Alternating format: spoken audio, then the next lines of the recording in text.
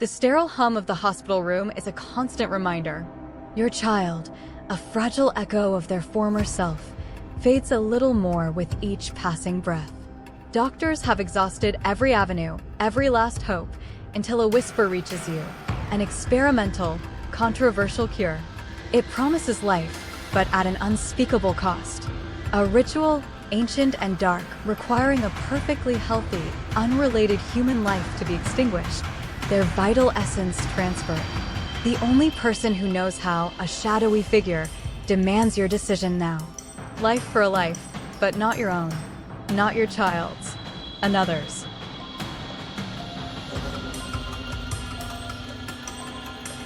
Can you condemn an innocent soul to save your own blood? What truly defines a monster? Is the love for your child truly boundless, even into the realm of the unforgivable?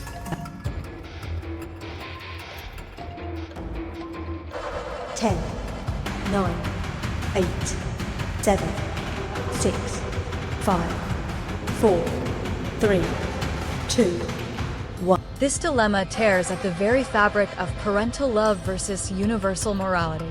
Is one life truly more valuable than another? The choice to sacrifice an innocent, healthy individual for a loved one explores the dark depths of human desperation and tribalistic instinct. It forces us to confront whether the ends justify the most abhorrent means, and if the shadow of such a choice could ever truly leave your soul. Conversely, allowing your child to die, while morally pure, carries an unimaginable burden of grief and guilt, a silent screaming question of what if that would echo through eternity. The metallic tang of fear fills the air, thick and suffocating. You are bound, broken, in the tyrant's dungeon, your captor a being of pure malevolence. Across from you, your dearest friend, their eyes mirroring your terror. The tyrant, amused by your suffering, offers a twisted game, freedom for one, earned through the ultimate betrayal. He hands you the instruments, cold and heavy. Torture your friend, inflict unimaginable agony until their last breath, and you walk free. Refuse, and his guards will execute both of you. The choice is yours, etched in blood and despair.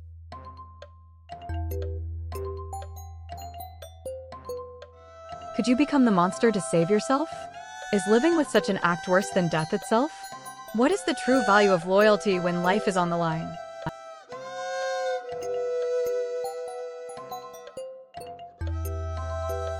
Ten, 9, 8, 7, 6, 5, 4, 3, 2, 1. This scenario pits the instinct for self-preservation against the profound bonds of friendship and moral integrity. Choosing to torture your friend while granting freedom would undoubtedly leave an indelible scar, a living hell within your own mind. The psychological trauma, the guilt, the self-loathing might render that freedom a cage of its own design.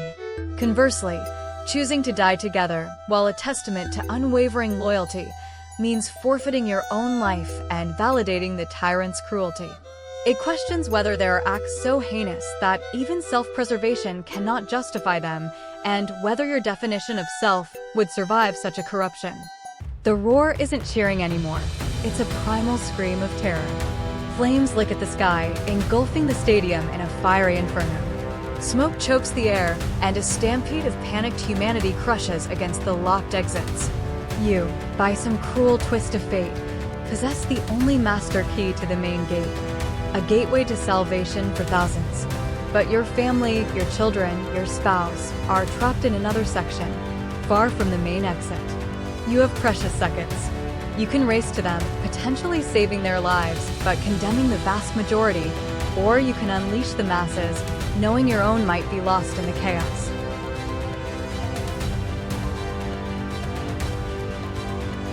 Does the greater good extinguish the sacred bond of family? Are you a hero or a parent? Can you live with the screams of thousands, knowing you could have saved them for the sake of your own?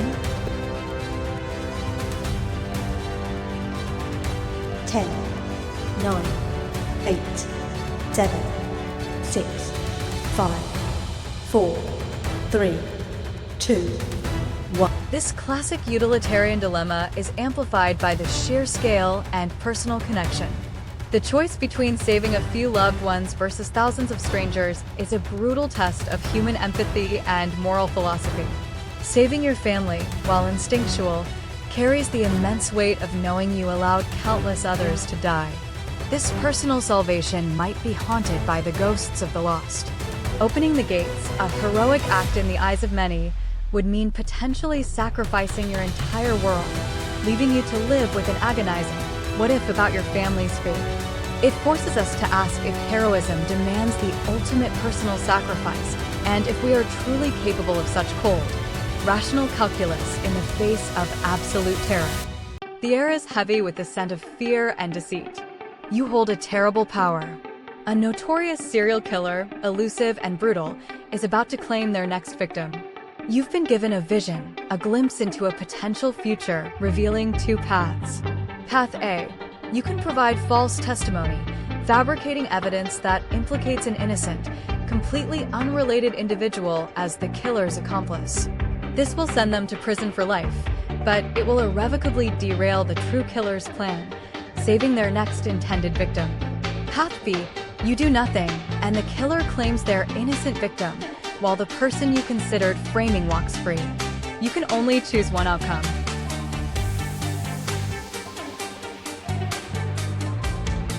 Is condemning an innocent to a living hell better than letting another die? Who deserves to suffer? Can you truly play God with fates you barely understand?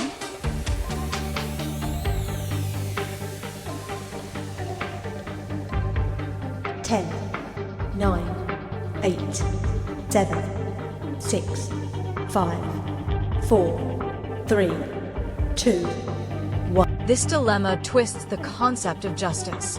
It's not about choosing between two evils, but choosing between two different forms of profound harm, both directed at innocent parties. Option A, condemning an innocent to life in prison, is an act of deliberate injustice, a perversion of the legal system, but it prevents a murder. The psychological burden of knowingly destroying an innocent life, even to save another, is immense. Option B, allowing a murder to occur by inaction, avoids direct culpability, but involves a heavy moral responsibility for failing to intervene when you have the knowledge. This tests our definition of innocence and guilt, and whether the preservation of life always outweighs the preservation of liberty and truth, especially when you are the orchestrator of the lie. A letter, sealed with a crest you barely recognize, arrives like a harbinger of both salvation and damnation. Your estranged, impossibly wealthy relative has died, leaving an inheritance vast enough to cure your sister's terminal illness, to lift your family out of destitution, to change everything. But there's a clause, a grotesque condition. To claim it, you must commit a murder. Not just any murder, but one of two specific, horrifying options. Extinguish the life of someone you cherish beyond measure, a soul intertwined with your own, or snuff out the innocent spark of a child you've never met, a nameless, blameless stranger. The choice must be made, the act committed, within 24 hours.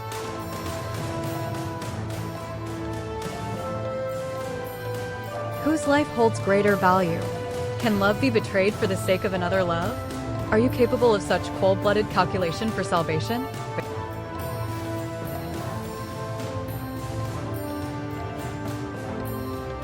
Ten, 9, 8, 7, 6, 5, 4, 3, 2, 1. This dilemma plunges into the deepest, darkest corners of human love, sacrifice, and the corrupting power of desperate need.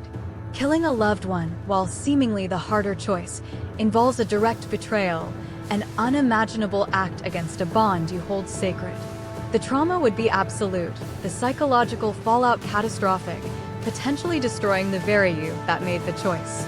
Killing an unknown child, while lacking the personal betrayal, is an act of pure, cold evil against innocence itself. It forces us to confront whether the magnitude of an atrocity changes based on the personal connection to the victim, and if the preservation of one loved one's life can justify the murder of another innocent, be it a beloved adult or a defenseless child. It asks if there is a line, any line, you wouldn't cross for the people you care about most.